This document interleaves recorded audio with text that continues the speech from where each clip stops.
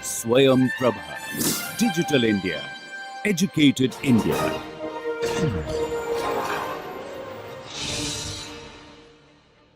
Good day. So, today we will discuss Hamilton's principle, and using Hamilton's principle we will find equations of motion which is equivalent to Newton's second law. So, in Newtonian mechanics we applied second law of Newton's second law and we got equations of motion. So, here we apply a different principle known as Hamilton's principle, and this is also known as principle of least action. So, this is also known as least action, principle of least action. Okay. So, let us consider a system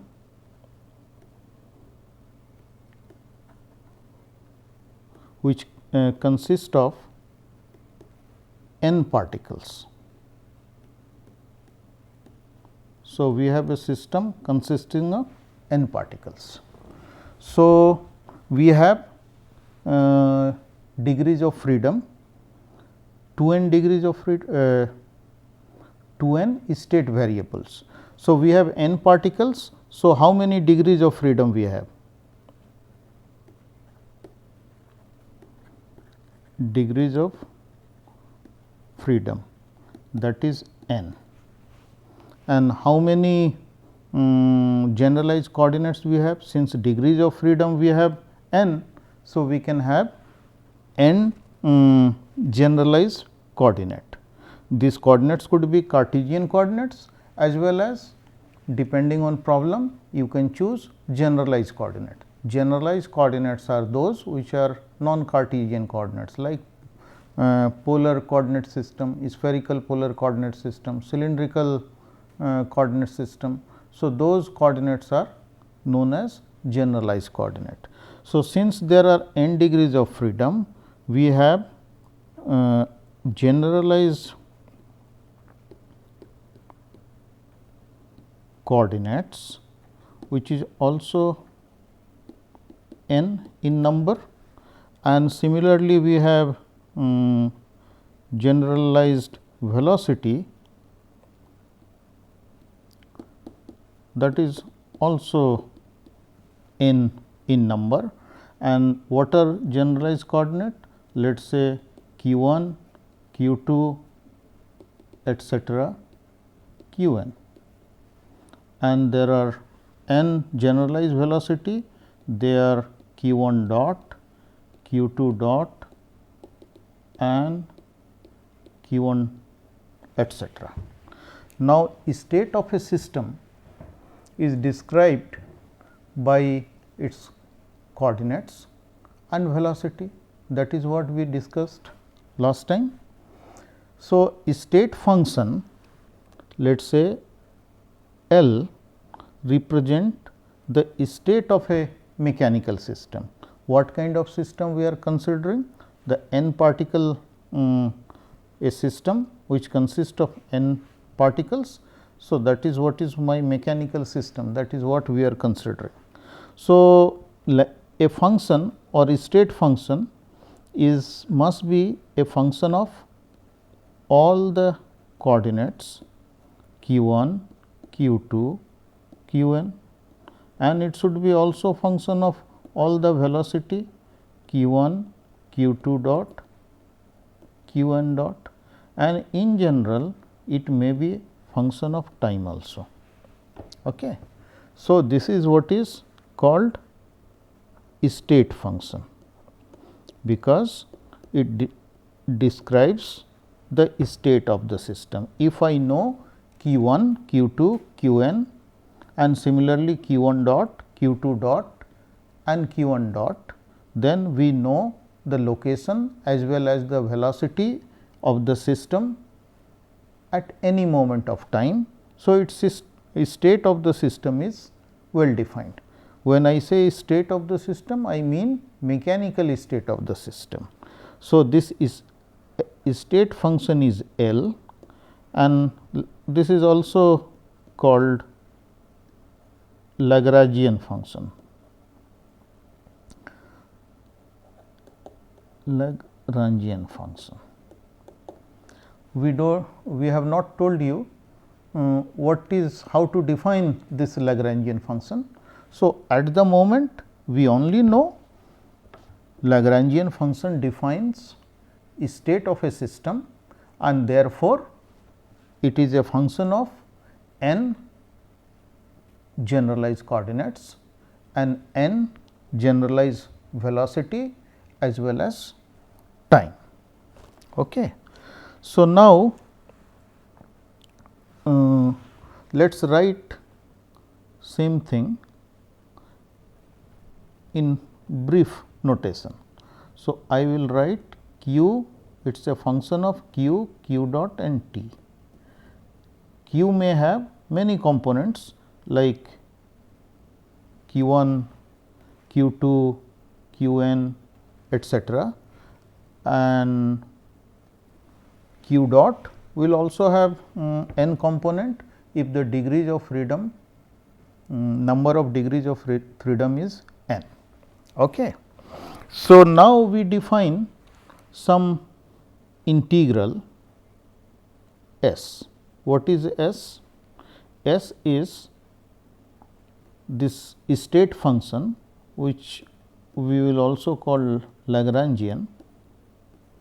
We have to integrate over t dt. So, L dt from some time t 1 to some time t 2.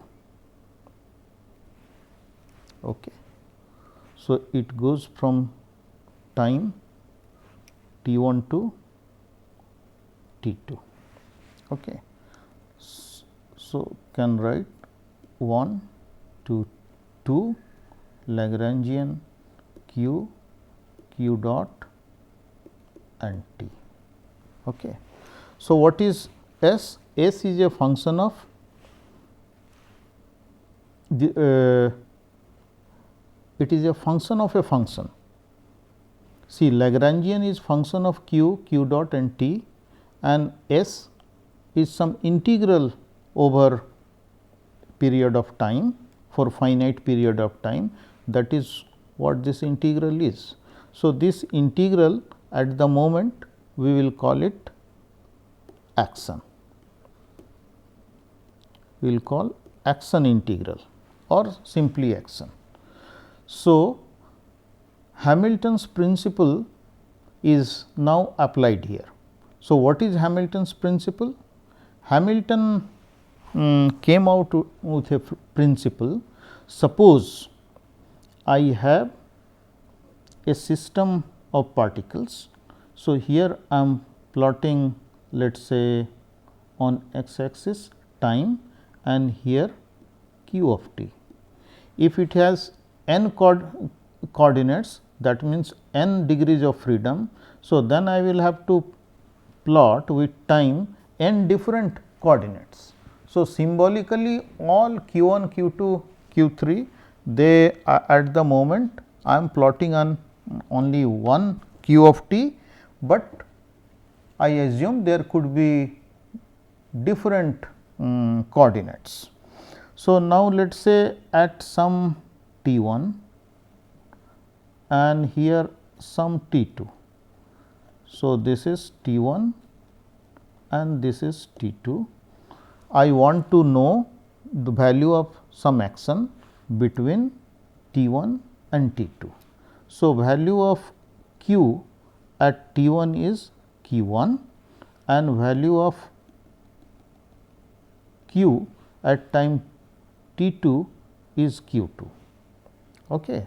And the curve I have chosen, it is a possible path for the system to evolve or go from here to here, but path may be chosen not like that. it may be some other possible path that also I plot in different color. It could be some other path also. It can go from point 1 to point 2 by different possible path. Okay. So, it may go by different possible path. So, which is the correct path? We do not know as the system evolves, because in Newtonian mechanics you know following Newton's second law there would be evolution of the system and it will go from one point to other point following Newton's second law. But now we are going towards a new formulation. At the moment we do not know which is the correct path for the particle. So, we follow what is called Hamilton's principle.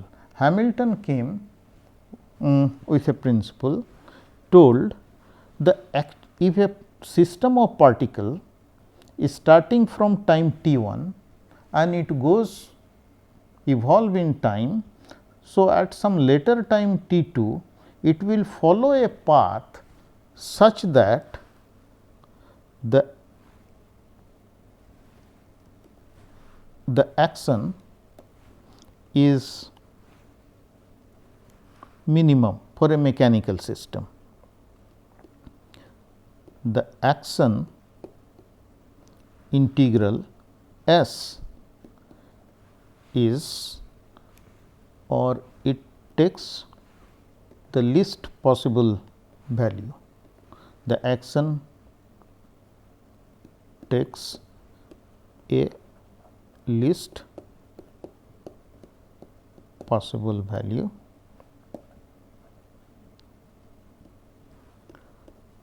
for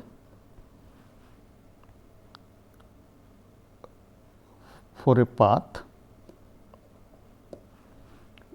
which is the actual path.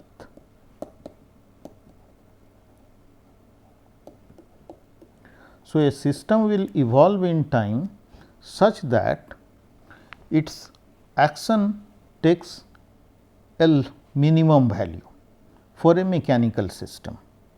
For some other system which are not mechanical, like in optics and other places, this value need not be minimum, it may be maximum or it may be neither minimum nor maximum. So, we will come to some example later. So, Hamilton's principle is the system when evolves in time, it chooses a path along which the action integral takes least value. Okay.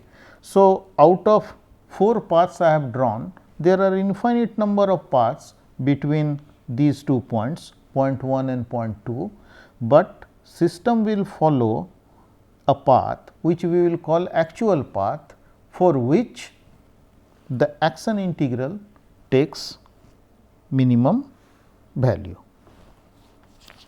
Okay. So, that is what is the Hamilton's principle. So, if I am again writing this action which is integral point 1 to point 2 and some state function which depends on q, q dot and t. So, it is going to take least value this integral, we will going to take least value. So, if it takes least value, then if I vary this function about this least value, then there would be some change in the value of Lagrangian. So, let us draw once again. So, point 1, point 2, this is t, this is q of t. So, let us say this is my actual value. If I choose any other path, let us choose a different path. and I follow that path, then if I compute my action integral, then it should turn out to be little different than its value. When it comes to this actual path, then it will attain the least value. So, if L of q dot t, if I vary at any moment of time, the value of q has gone here, at this point it has gone here, here it has gone somewhere else. So, Lagrangian has changed, q has been varied little bit. So, q has changed to q plus delta q, q dot has also changed to delta q dot, and it has gone to that. So, this is the variation in q in different paths. Suppose this was Lagrangian for actual path, and this is not for actual path, this is for a path that is a possible path to go from point 1 to point 2. There are infinite number of paths as I drew earlier. So, there are infinite number of ways to go there, but actual path is the black one and the other colored ones are possible paths. And Hamilton's principle says this integral, which is called action integral, would be minimum for a mechanical system along the actual path. So, if Lagrangian has gone from actual Lagrangian to varied Lagrangian, then S would be also. So, how do I find out change in action? So, change in action is new Lagrangian minus old Lagrangian. So, new Lagrangian is q plus delta q, q dot plus delta q dot t minus old Lagrangian. Okay. So, if Lagrangian is at integral, so I have to write the whole integral, not only this one. So, dt minus this. So, integral after Lagrangian has changed little bit and original Lagrangian. So, this thing I will do Taylor expansion around q, q dot etcetera. There are two independent variable. So, let us say I do a Taylor expansion. So, I write L q, q dot and t,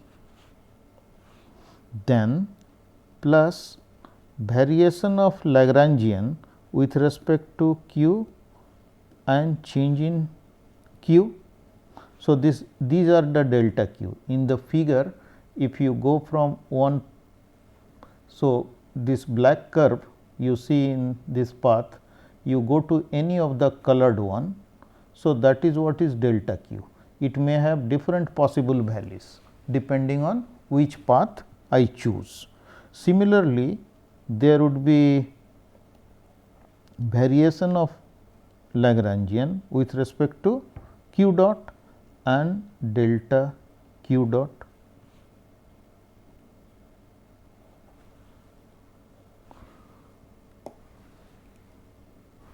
So, here there is one dot. Okay. Okay.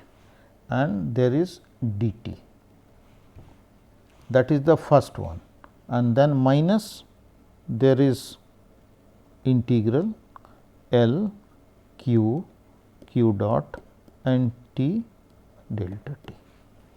There are many more terms in this expansion if we consider second order terms in Taylor expansion, third order terms, but generally delta q's are very small. So, variations we will take very small one. So, what we want to test? This integral is at some least value, and if we try to change little bit, since it has attained a least value, that means a constant value.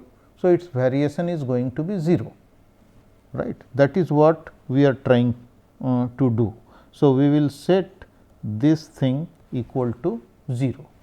Now, you see the first term and this term, they cancel with each other.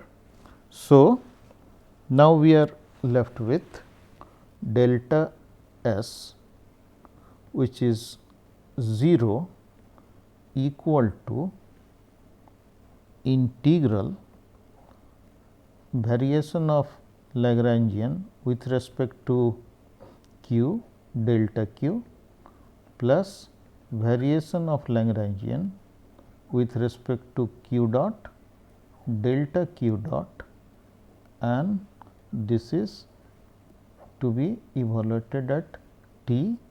So, from point 1 to point 2. So, that means from T 1 to T 2, that is what we have to evaluate. So, let us look at the second term. What is delta q dot? Delta q dot is change in velocities. So, that is the slope of the curves. So, the curves I was drawing. So, let us say from point 1 to point 2, there are various possible curves, and I can have many such curves, right. So, let us say I have chosen one curve to show it. So, delta q is basically the change from the actual path, the vertical distance, that is what is delta q. And what about delta q dot? The slope here. So, this slope here, that is what is going to be going to give me delta q dot, but at a given time I can choose some other possible curves or other path.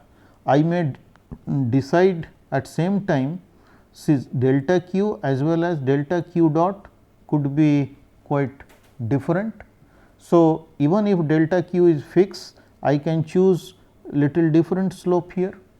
So, delta variation, that means delta q, and choosing their velocity, they could be chosen arbitrarily by choosing various possible paths.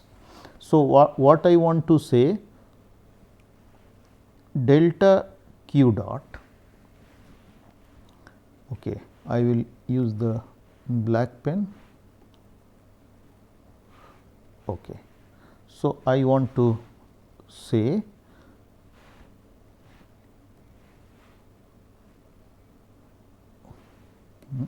it has not become black. Okay.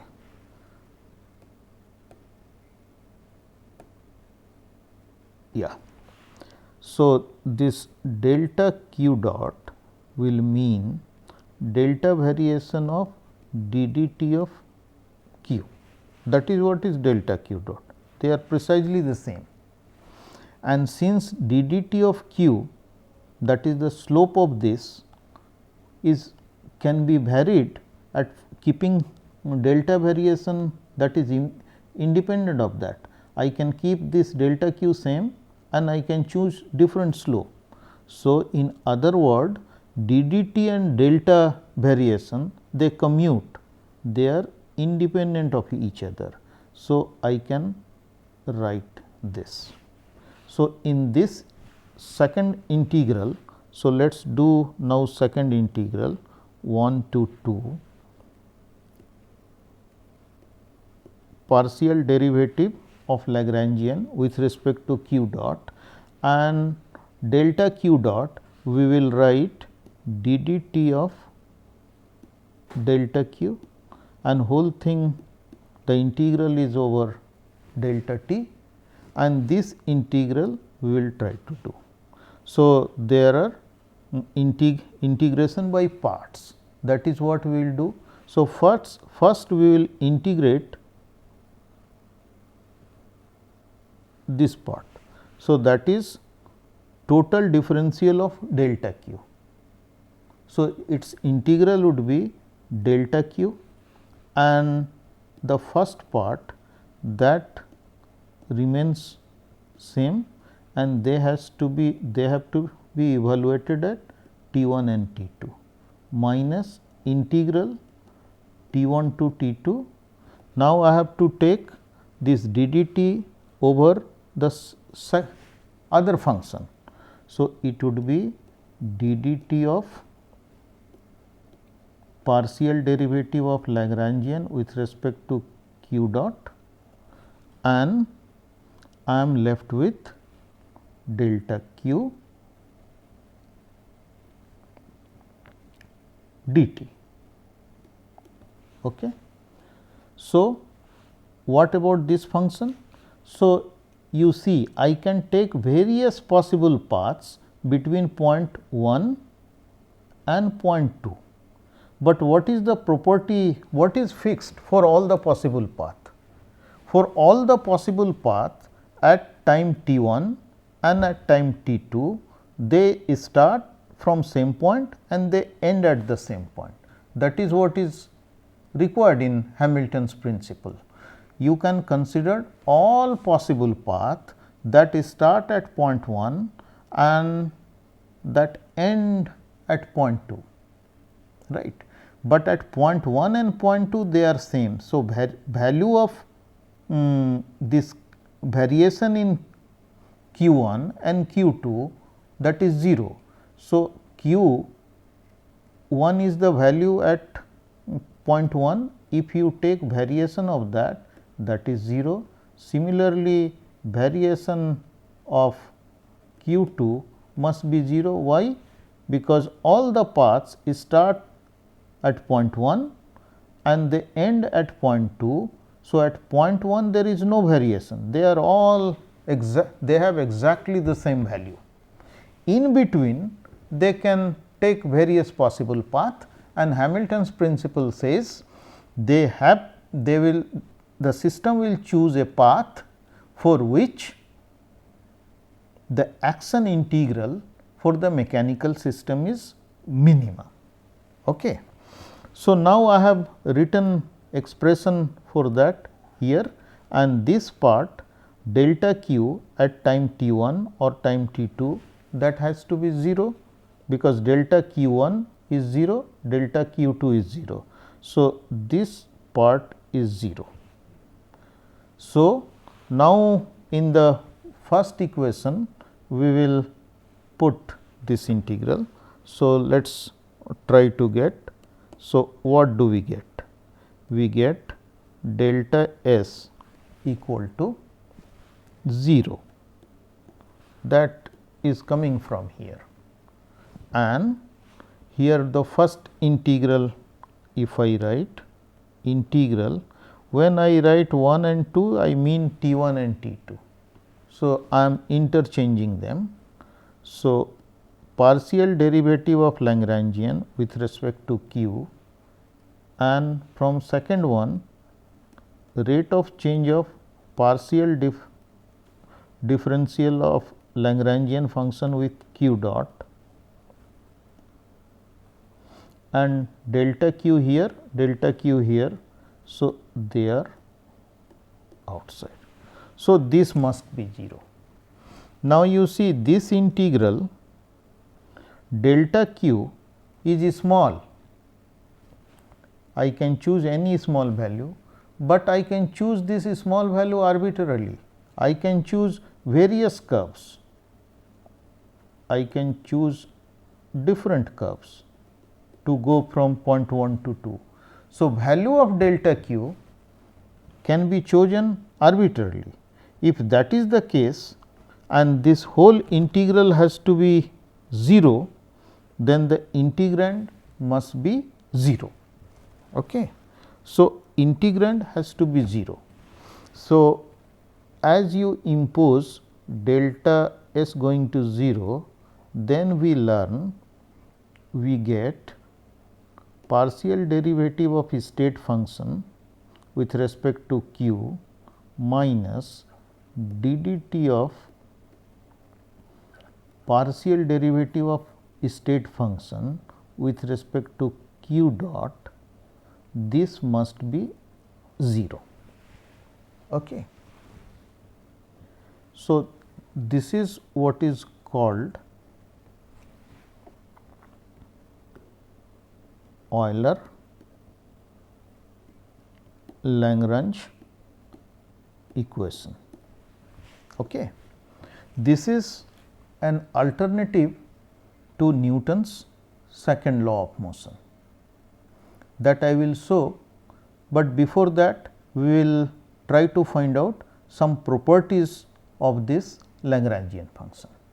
I have not told how Lagrangian function is defined. Okay.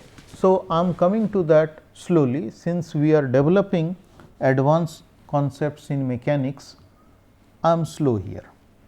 So, once we know what Lagrangian exactly stand for, then we would be able to write this differential equation for a given system.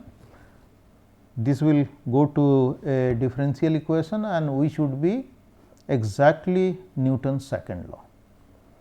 But you see, the principle is different. In Newton's law, you have a you have its position and velocity given at some initial time, and at later time you know what is going to be its position and velocity at any other time following Newton's second law. That means following equation of motion. And what is equation of motion? In last class I told equation of motion is a relationship between acceleration, velocity, coordinates and time. So, acceleration is a function of velocity, coordinate and time in general. Okay. So, this is what is called Euler Lagrange equation, and Lagrange function is a state function. So, I have assumed q for a class of generalized coordinate. There could have been n generalized coordinate, I am writing q, but suppose system has now n particles, meaning n generalized coordinate. So, for a system with n generalized coordinates. Generalized coordinates is same as number of degrees of freedom. So, if system has n generalized coordinate, that means system has n degrees of freedom. Then for each of the variation we will have similar equation. So, then we will get similar equation, but now you will have to take different generalized coordinate. So, this is a function of q 1, q 2, q n. It is also function of q 1 dot, q 2 dot, q n dot and time, that you are taking derivative with respect to that, minus d dt of partial derivative of Lagrangian with respect to q I dot. So, Lagrangian is a function of q 1, q 2, q n, q 1 dot, q 2 dot, q n dot and time. So, that should be 0 for I 1, 2, 3 n. So, that should be true for all the generalized coordinate. So, for each generalized coordinate we will have an equation of motion. So, there would be n such equation of motion. So, if a system has n degrees of freedom, then it will have n such equation of motion. So, let us to look it better, I just remove it and I write here q I. So, there are n such equation, right, and Lagrangian now depends on all such generalized coordinate, generalized momenta and time. Okay. So, that is what is called Euler-Lagrange equation, and in books of theoretical physics sometimes it is also written as Lagrange equation of motion or Lagrange's equation of motion. Okay. So, now we will find out some properties of Lagrangian. So, what we are trying to find out now?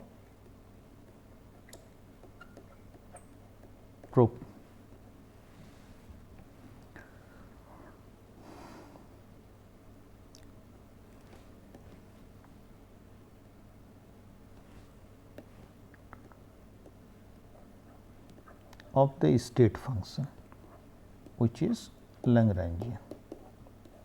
We try to find out some properties.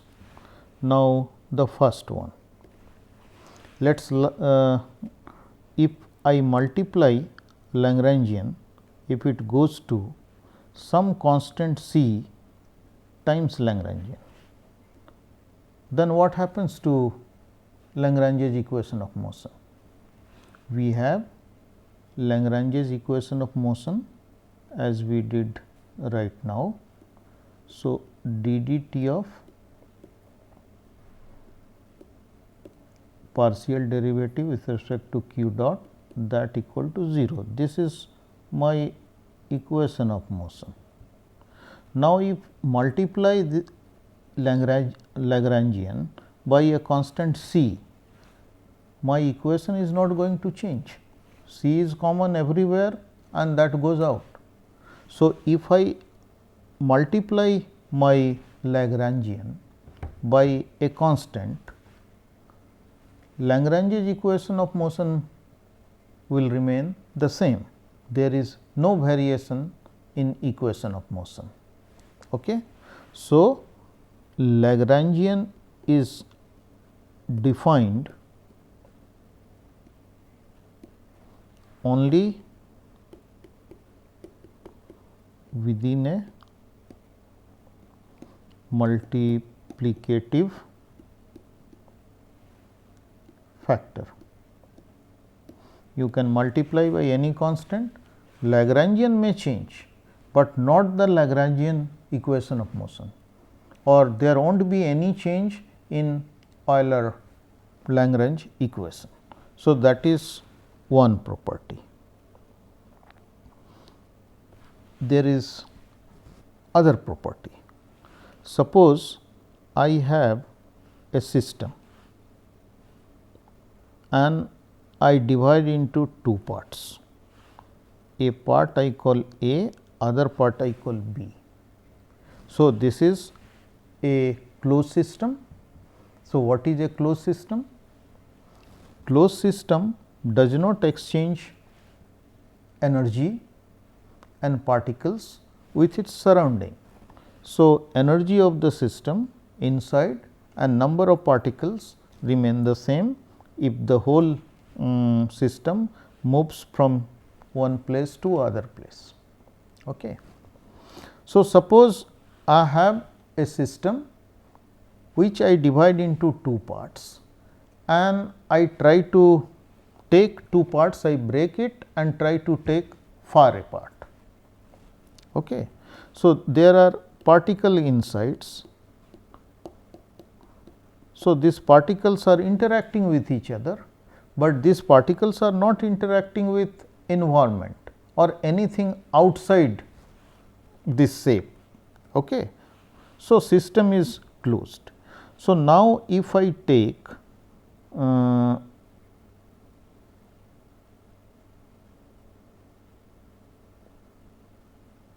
this I call A and B looks something like this. My figure is not so nice, but this part has come here and this part is here. So, what I have done? I have taken a system and let us say I have divided into two parts and the distance between them is let us say d, right. So, particles inside that are interacting and these particles were also interacting what was in the other part. Okay.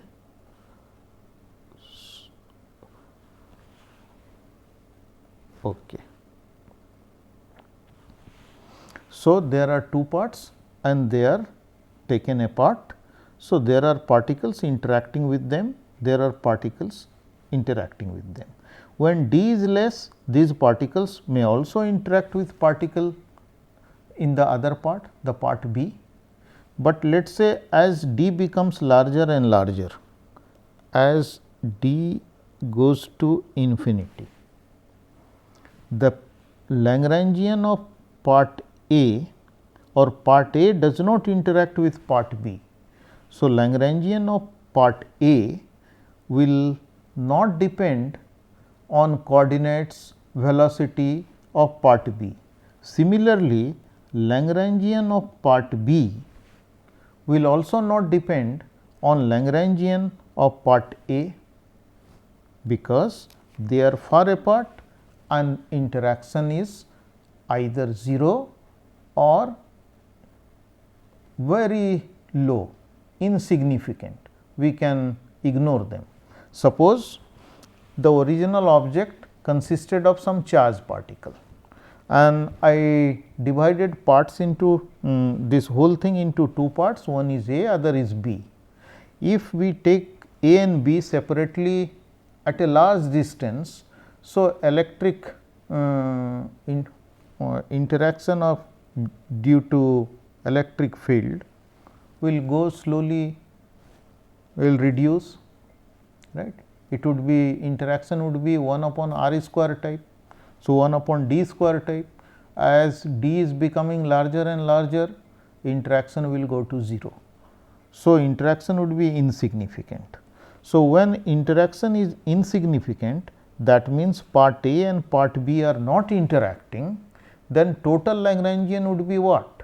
Lagrangian of part A plus Lagrangian of part B, because there is no more interaction and they have been divided into two parts. So, Lagrangian of part A is L A and Lagrangian of part B is L B. So, total Lagrangian as d goes to infinity is equal to L A plus L B. So, what does this mean? This says Lagrangian of non interacting parts, Lagrangian of non interacting parts of a system is additive. So, additive is very important property. So, if you know the Lagrangian of different parts of a non interacting system, then total Lagrangian is equal to sum of all these things. Okay. Now, let us test the first one. If I multiply a Lagrangian by constant C, Lagrange's equation of motion do not change. So, here also if I multiply with the total Lagrangian in d equal to infinity is telling they are not interacting, would be C L A plus C, right.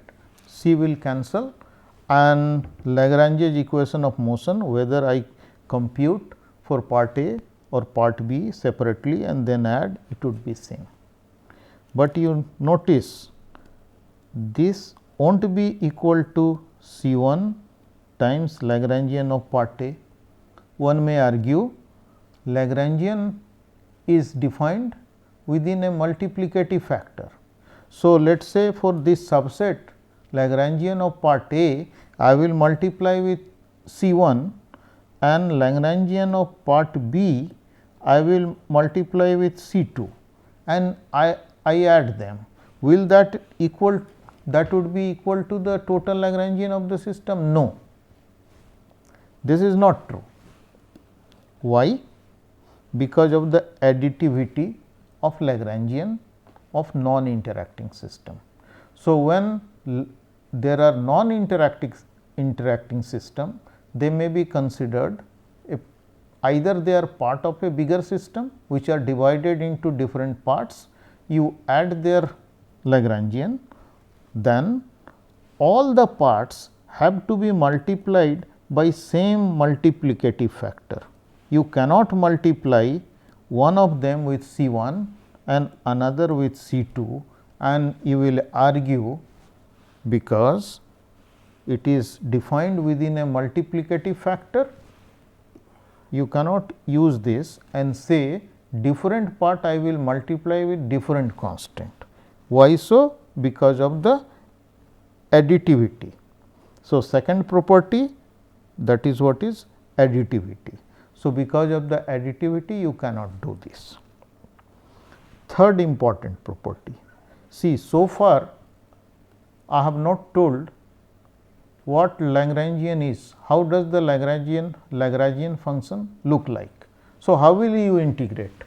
To find out the integral, we need the form of Lagrangian. We only know it is a state function, that is all we have done at this moment. So, we are trying to recapitulate all the properties. So, one we found it is defined within a multiplicative factor, other is it is additive if the different parts or Lagrangian of several systems which are non-interacting with each other, you can find the Lagrangian of the total system only by adding Lagrangian of different parts. Now, let us say there is a Lagrangian and this goes to some other Lagrangian L prime. L and N prime differ by an amount L plus total derivative of some function which depends only on coordinates and time, but nothing else. So, this is any function for which derivative exists, we can derive take derivative etcetera, those properties are required, but otherwise it could be an arbitrary function. So, my new Lagrangian differs from old Lagrangian by a ddt of some function which depends on q and t.